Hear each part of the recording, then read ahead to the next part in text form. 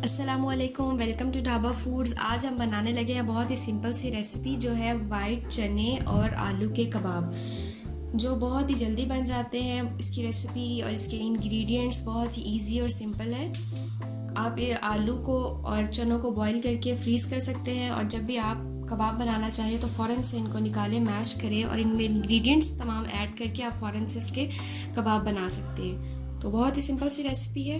तो चलें आज की हम रेसिपी की तरफ चलते हैं और बनाना स्टार्ट करते हैं। आलू और वाइट चने के कबाब बनाने के लिए चने हमने लिए हैं 1 बाउल, जिनको हमने अच्छी तरह से बॉईल कर लिया था 90%, थोड़ा सा हार्ड हमने बॉईल किया है।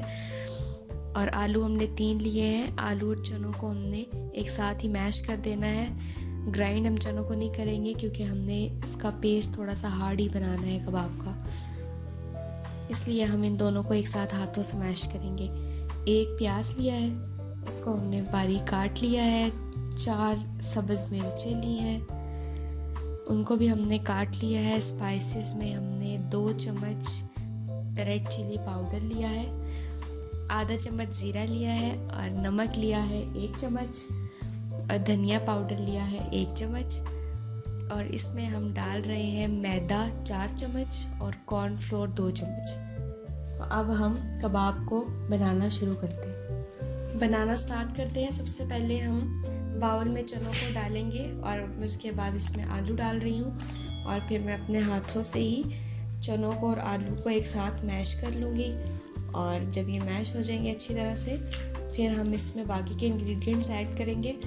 और बहुत ही ज़्यादा पतला पेस्ट नहीं हमने बनाना कबाब का, थोड़ा सा हम थिक रखेंगे और हम सिर्फ इसको हाथों के साथ ही मैश करेंगे।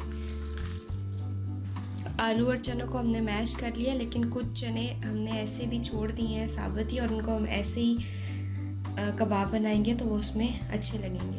तो ये देखिए, कुछ चने मैंने ऐसे भी छोड़ दिए हैं। अब मैं इसमें बाकी की चीज़ें ऐड करूँगी। सबसे पहले मैं इसमें डाल रही हूँ प्याज को हमने बारीक बारीक काट के यूज़ किया है। अब मैं डाल रही हूँ इसमें ग्रीन चिलीज, सब्ज़ मिर्चें भी हमने काट ली थी। अब मैं इसमें डालने लगी हूँ नमक और धनिया का पाउडर। अब हम इसमें डालेंगे मिर्चें और ज़ीरा। और अब आखिर में हम इसमें डालेंगे मैदा और कॉर्नफ्लोर। हम इनकी बाइंडिंग किसी चीज़ से नहीं करेंगे। कॉर्नफ्लोर और मैदा हम डालेंगे तो इससे ये खुद ब खुद बाइंड हो जाएंगे। इसमें मैदा डाल दिया है, अब मैं इसमें कॉर्नफ्लोर डाल रही हूँ। कोटिंग के लिए हम कुछ भी इसमें यूज़ नहीं करेंगे। जो मैदा और कॉर्नफ्लोर हमने इसमें डाला है, इससे वो खुद ब खुद कबाब बाइंड हो जाएंगे। और अब हम इसको मिक्स कर लेते हैं। कबाबों के लिए मिक्सचर रेडी हो चुका है। अब हम इसके कबाब तैयार करेंगे मीडियम साइज़ के। इतना सा मैंने मिक्सचर ले लिया है। अब मैं इसको अपने हाथों की मदद से ही इसका कबाब बना लूँगी। ये देखिए, इस शेप में बना लेने हैं। इसके ऊपर हम एक टमाटर लगा देंगे, इसको इसी तरह से फ्राई करेंगे। ये ऑप्शनल है, अगर आप टमाटर पसंद करते हैं तो आप यूज़ करें, अगर आपको नहीं पसंद तो आप स्किप भी कर सकते हैं। और ये एक हमने कबाब रेडी कर लिया है। इसी तरह से हम बाकी के कबाब भी बना लेंगे। सारे कबाब हमने बना लिए हैं, रेडी हो चुके हैं। पैन में ऑयल डाल लिया है, वो गर्म हो जाएगा तो अब हम इसको फ्राई करते हैं। ऑयल गर्म हो चुका है, अब मैं गर्म ऑयल में कबाब डाल रही हूँ। अब हम इनको फ्राई कर लेंगे। और हमने इसमें किसी चीज़ की कोटिंग नहीं की, इसको हम बगैर कोटिंग की फ्राई करेंगे।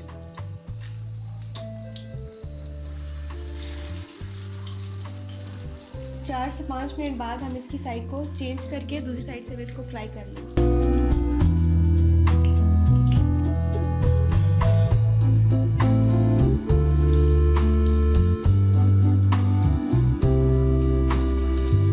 तीन से 4 मिनट के लिए इसको हमने हल्की आंच पर फ्राई किया था। अब हम इसकी साइड चेंज कर देंगे और दूसरी साइड से भी हम 3 से 4 मिनट के लिए ही फ्राई करेंगे।